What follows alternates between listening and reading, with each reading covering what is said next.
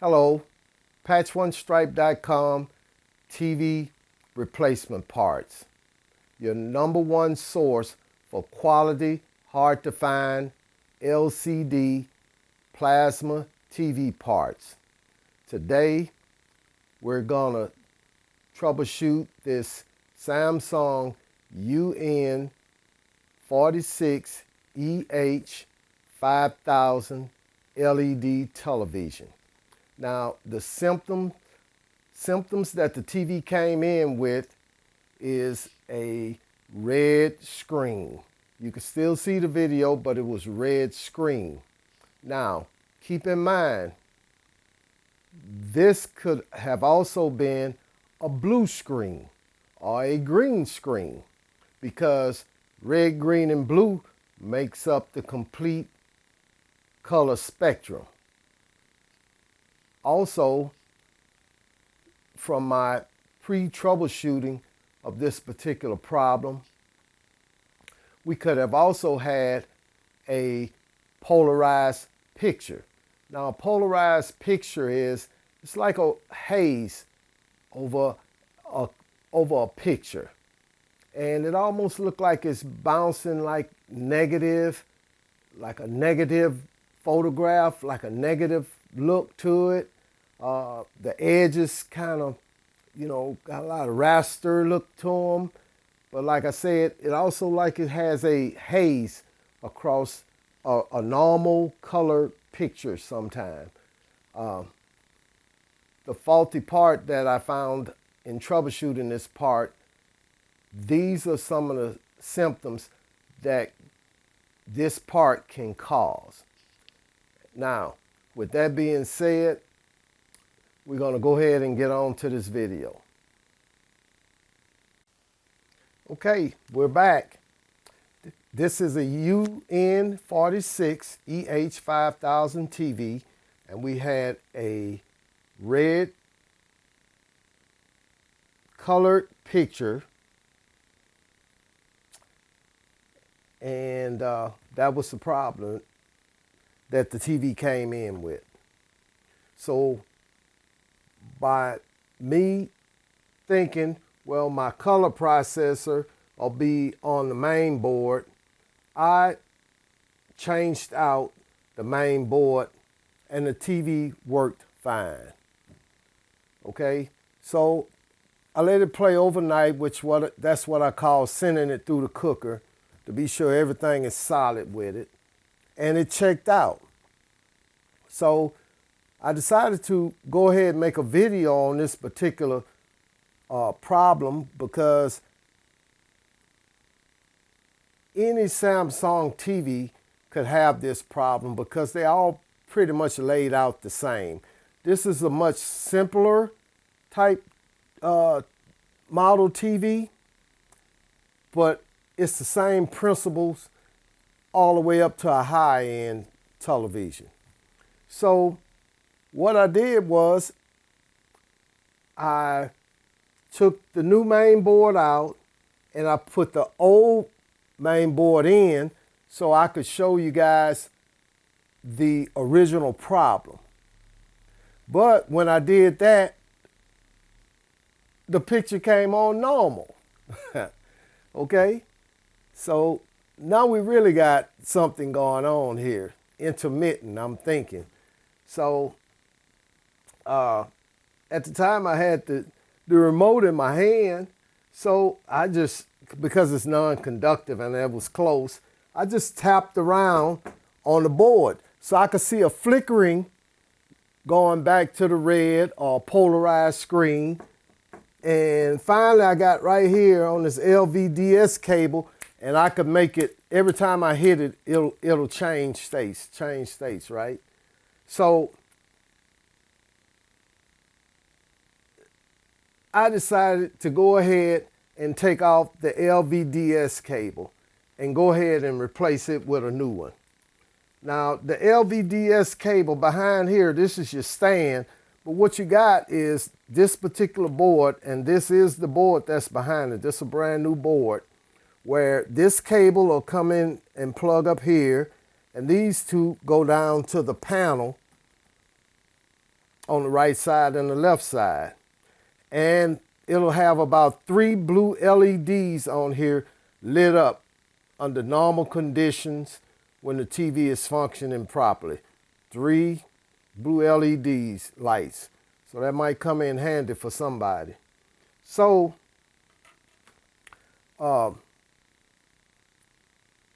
once I did that, well, I'm saying, well, I kind of inspected the cable, the old cable, and I said, well, I'll just go ahead and go with the new cable. So, like I said, it did fine. So here I'm thinking about making this video for you guys, and I put the old one back in to simulate the problem again. So the conclusion that I came up with right now, functioning 100%, this is the old main board, and this is the original LVDS cable. Okay, this is my new one here, you know, and it's a part number BN96 22230-9A. It'll go like that. So I have all the parts for the TV. And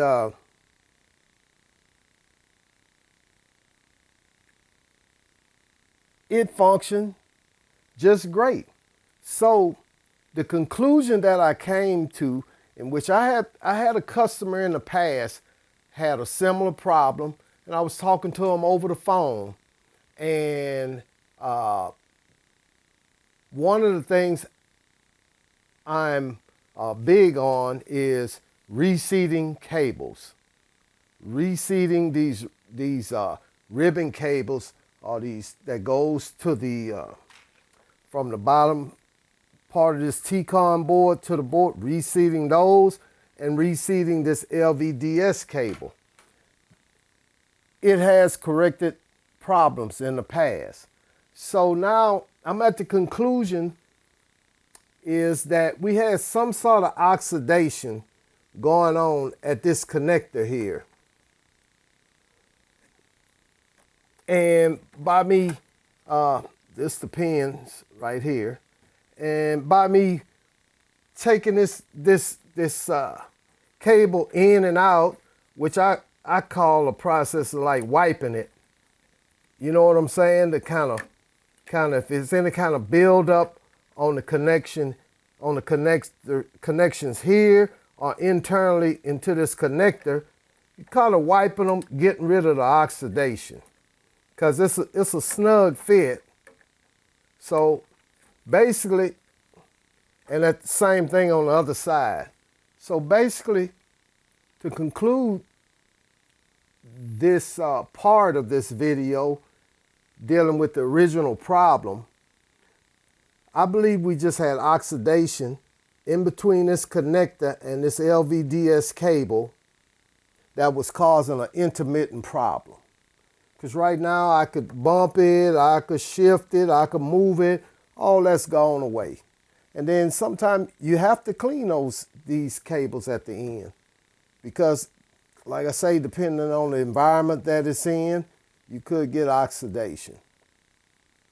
Now, a lot of times on the flatter cables where you don't have this end like this and it's just flat, sometimes you could take an eraser on a pencil and just go across them, you know, to clean them, you know. So also that works. So we're going to conclude that on this particular TV and this particular problem, well, where we potentially, it could have potentially been this LVDS cable going bad or this main board. But we lucked out and it was just some oxidation going on in between the connector and the LVDS cable. Now, why I had this set down, and this is something that I always do. When you bring a television, my customers bring a television to me, I am a full service shop. I'm I'm a professional. And one thing I know is that anywhere there is a heat sink, like on this power board, this is an aluminum heat sink that dissipates the heat that these three transistors or regulators generate. It dissipate the heat. So that means, layman's term, it generates a lot of heat. Then you have this one here, and these two on this one, which is another form of a heat sink. It's aluminum. They generate heat. This is your bridge rectifier. It's on a heat sink, aluminum heat sink. It generates heat. So I always like to take these boards out while I got it, because I don't want no return. When my customers come to me and they TV leave, I want it to be complete, where I could give it a warranty. They won't have no problem. They're happy. I'm happy. So I take these boards out and I reflow the solder, especially around these transformers where they connect to the board, and every component that is connected to a heat sink. Okay, so my customer can get some longevity out of their set on this one trip, because any of these could have cracked circuits and make it brittle, and then it obstructs the circuitry of the set and cause something else to really go ahead and fall out, you see, and fail. So if I do this maintenance, preventative maintenance to it, I could help my customers' TV last long without failures. So what I did today was I have a new piece of equipment, which is a thermal imaging camera, and I could actually see the hot spots on this particular board. Hot spots was these, like I said before, these two resistors right here, this diode right here, and this diode, this area right here, they were hot spots. So I was sure that I made sure that I reflowed the solder on these boards, and I just go ahead and inspect the whole board when I have a television in, and reflow the solder where I see necessary. It takes a little time, but it's worth it. It's worth not having a TV come back in your lap and having a customer that's, that don't have much confidence in your work. So I also did, I took a thermal image photograph of this, and I know this component, it dissipates heat. This component makes heat, and these two components here, they make heat on this board. These the 4 components that do heat. See, so I just wanted to throw that in to you as well. So to give you some more information on this particular set, this is an EH set, and if you've been following me on my videos, that make this TV maybe like a 2013, 14-ish type television, right?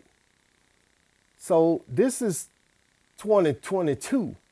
This set has been working fine for that amount of time, between 2013 and 2022. 2022. You know, so this is a good television. You know, some televisions, they're not getting that kind of service out of the TVs. They're just not getting them out. And at the end of this video, I'm gonna show you. I'm gonna pipe in some good video, let you see how this television, the picture on this television looks, and it looks great. So, I think that's about all that I want to tell you guys on this. I know it's pretty much a short video, down to the, you know, straight to the point, but sometimes it's just like that. That's why, you know, I highly recommend people giving a Samsung TVs a shot at a repair rather than just tossing them. Now, speaking of tossing, that's the other part that I forgot to tell you.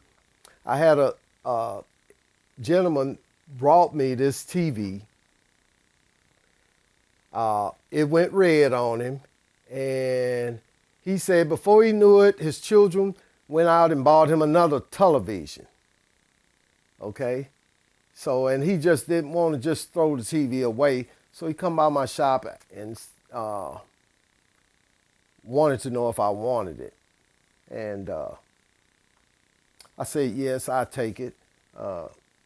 Because a lot of times it is it's an opportunity to learn more and more about this brand because of the length of time this particular TV has been in service, as far as what's the longevity of it, what's the durability of it, and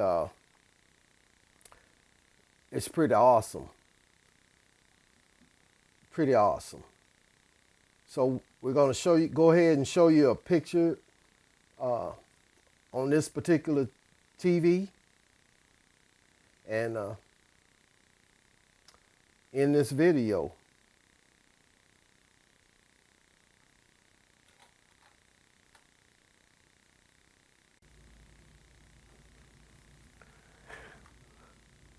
Okay, I've piped some video into this TV through the HDMI connections, and here's the finished product that I spoke about earlier in the video. Now, this is a 9-year-old TV that was destined for the landfill. So, on top of that, the TV was given to me by this gentleman because he just didn't want to throw it away. His kids went out and purchased another TV for him. And I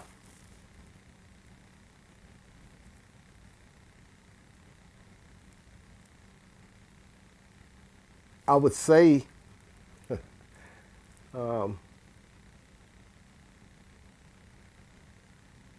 that the TV that they purchased is not the quality of TV that this particular TV is. This TV basically has proofed out with 9 years, where I'll take a big guess and I'd say the new TV was purchased same place where you get your groceries at. And I'm just taking this for an average guess. And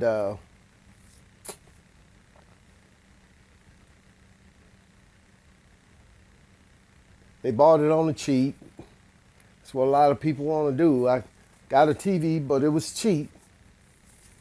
And they probably won't get 2 years out of it before they need to have it repaired, or they'll trash it, throw it in the landfill, and go get another cheap TV.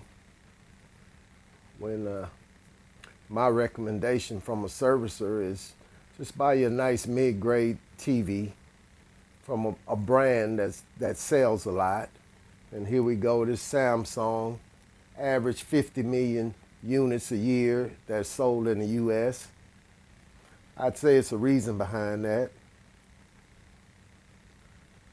And they're repairable.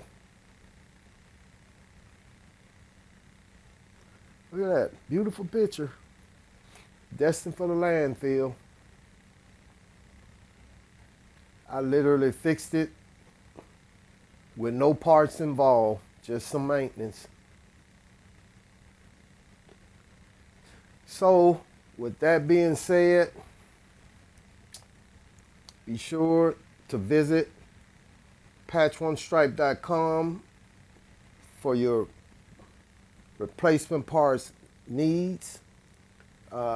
Subscribe to us.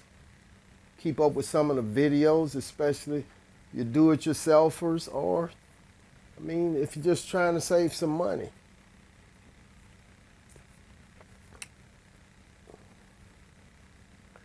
We're going to end this video. patchonestripe.com. If you've been here, you know the deal. I'm out of here.